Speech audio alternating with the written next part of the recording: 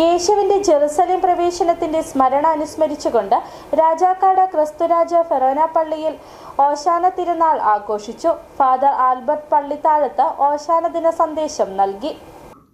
രാവിലെ ദിവ്യജ്യോതി ഹാളിൽ നടന്ന തിരുക്കർമ്മങ്ങൾക്ക് ശേഷം കുരുത്തോലകൾ വെഞ്ചരിച്ച വിതരണം ചെയ്തു. തുടർന്ന് പ്രദക്ഷിണമായി പള്ളിയിലെത്തി ആനവാതിൽ 3 പ്രാവശ്യം മുട്ടിത്തുറന്ന് അകത്ത് പ്രവേശിച്ച് ദിവ്യബലി അർപ്പണം നടത്തി.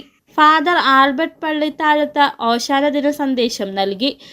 മനഃപൂർവ്വം അങ്ങനെ ചെയ്തതാണ്. കാരണം നമ്മൾ ഓരോരുത്തരും ഹൃദയം തുറന്നുകൊണ്ട് ഏറ്റെടുക്കുമ്പോഴാണ് ഈശോ നമ്മുടെ ഉള്ളിലേക്ക് പ്രവേശിക്കുക.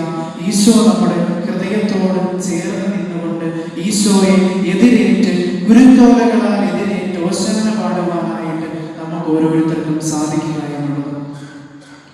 ഇന്നത്തെ ദിവസം നമുക്ക് എല്ലാവർക്കും വളരെ സന്തോഷം നിറഞ്ഞ ഒരു ദിവസമാണ്.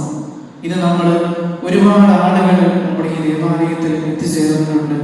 ഈശോയെ എതിരേറ്റ് പാടി ഓശാനകളാൽ സ്തുതിക്കുവാനായിട്ട്. എന്താണ് ഈ ഓശാനയുടെ അർത്ഥം എന്ന് പറയുക? എന്താണ് ഇന്നത്തെ ഈ ഗുരുത്തോല പെരുന്നാളിന്റെ അർത്ഥം എന്ന് പറയുക?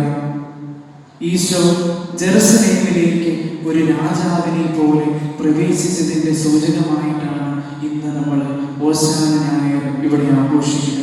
വികാരി ഫാദർ മാത്യു കരോട്ട് കൊച്ചരയ്ക്കൽ, സഹവികാരി ഫാദർ സെബാസ്റ്റ്യൻ മച്ചുകാട്ട് എന്നിവർ തിരുക്കർമ്മങ്ങൾക്ക് നേതൃത്വം നൽകി. നിരവധി വിശ്വാസികൾ പങ്കെടുത്തു. City Vision, Rajakkad.